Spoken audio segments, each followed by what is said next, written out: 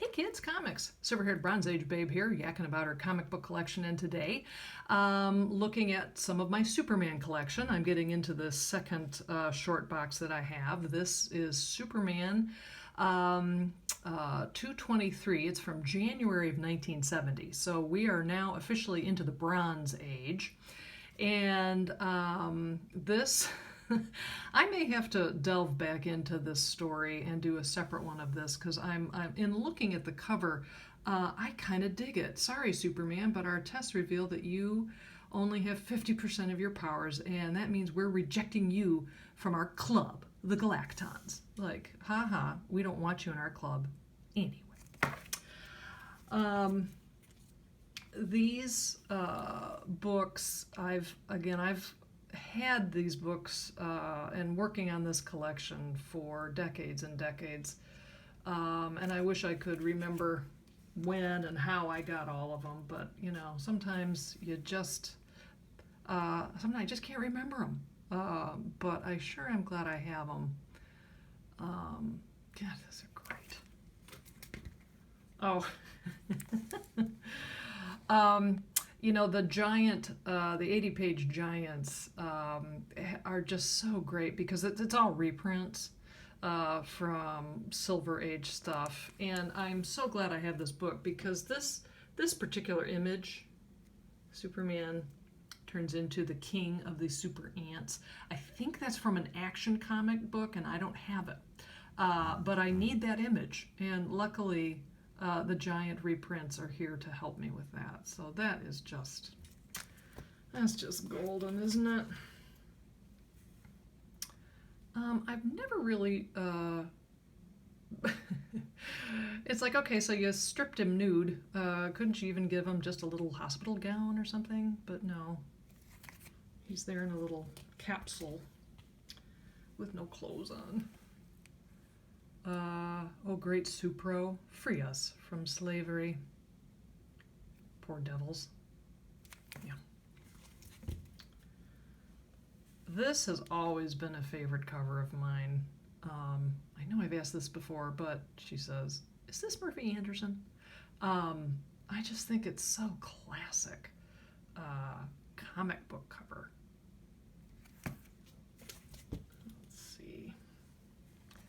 Doesn't really do much for me.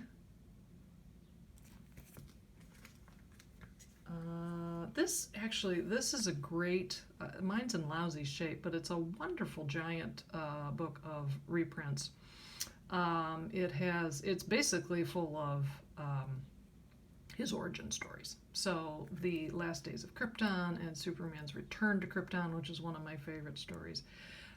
You know, if you're on the hunt for books with reprints of some great stories, this one is one to dig up, in my humble opinion. Now this one is 232.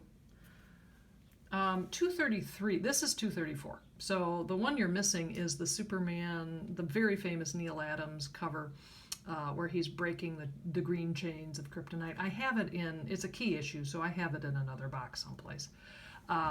But this is the one following it, and you may remember that story with the Kryptonite No More ended with Sand Guy, and so Sand Guy here is still bothering Kal, and this is another lovely Neal Adams cover from that time period. So I think we're into 1971 right now. I think this is Neal Adams as well.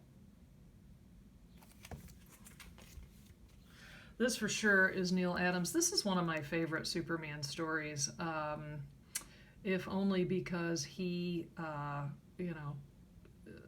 he realizes that what really matters to him are his friends, you know, Jimmy and Lois and Perry White, and this is a Neal Adams cover, and it's just fantastic. I think I have a higher grade copy of this because I was on a Neal Adams cover binge and I saw a copy of that. eBay seller had one, and I was like, you know what? That's a good price. I'll get it. Titano, the Super Ape. I just am not a fan of Titano the Super Ape, although this is such a great cover for all of the reprints. So if you love love the Titano the Super Ape, here's a reprint you can get. Here's another great Neal Adams cover. I really love this.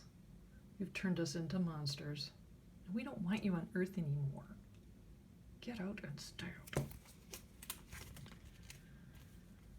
Sand Guy comes on back, and he's even more of a jerk than Cal. No, I care nothing for you and your world. Fine, be that way. I know I keep saying it, but this is one of my favorite Superman covers from my collection. One failure, and you all forget the good I've done. You miserable ingrates, I'm through with you. Fake news. Another favorite Neal Adams cover. I have a higher grade copy of this one somewhere too. Again, Sand Guy. And purple. One of my viewers knows I love purple.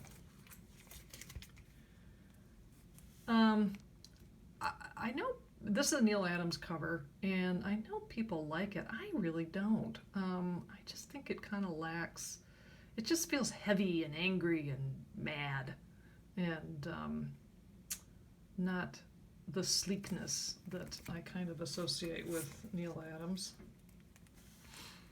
Like that. Another Neal Adams, very famous cover, and pretty good story too.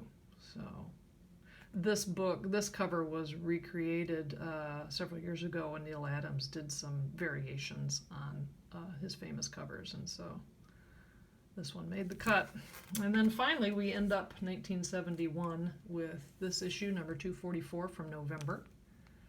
Another Neal Adams cover, I think, and I love it. I think it absolutely is terrific. So there you have it. There's some of my Bronze Age Superman collection. Thanks for watching. I'll see you next time.